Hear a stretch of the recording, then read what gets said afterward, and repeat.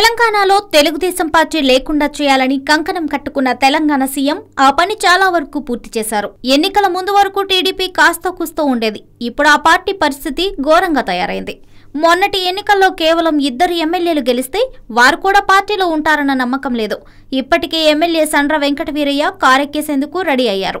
ఆయనకు మంత్రి పదవి కూడా దక్కవచ్చని చెప్తున్నారు. ఆ వార్తలను సండ్ర ఏమాత్రం ఖండించే ప్రయత్నం చేయడం లేదంటే ఆయన చేరిక ఇక లాంఛనమే. సండ్ర ఇచ్చిన షాక్తోనే ఇబ్బంది పడుతున్న చంద్రబాబుకు ఇప్పుడు మరో షాక్ రెడీగా ఉన్నట్లు తెలుస్తోంది. శత్రుశేషం ఉండకూడదన్నట్లు వ్యవహరిస్తున్న కేసీఆర్ ఖమ్మం జిల్లాలో కీలక నేతగా ఉన్న నామా నాగేశ్వరరావును సైతం టీఆర్ఎస్లోకి లాగుతున్నట్లు తెలుస్తోంది.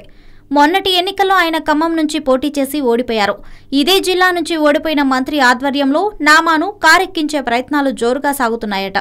ఈ మేరకు 2 నేతల మధ్య చర్చలు కూడా పూర్తయినట్లు తెలుస్తోంది.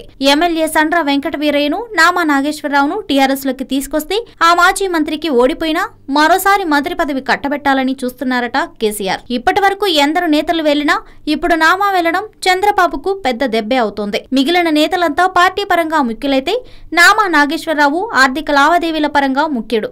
గతంలో తెలుగుదేశం ప్రతిపక్షంలో ఉన్నప్పుడు పార్టీని నామా నాగేశ్వరరావు చాలా వరకు ఆర్థికంగా ఆదుకున్నారని చెప్తారు. హలో, మిమ్మల్నే యోయో టీవీ యాప్ డౌన్లోడ్ చేసుకున్నారా? ఇంకా లేదా? మీ యాప్ స్టోర్ కి వెళ్ళి వెంటనే డౌన్లోడ్ చేసుకోండి.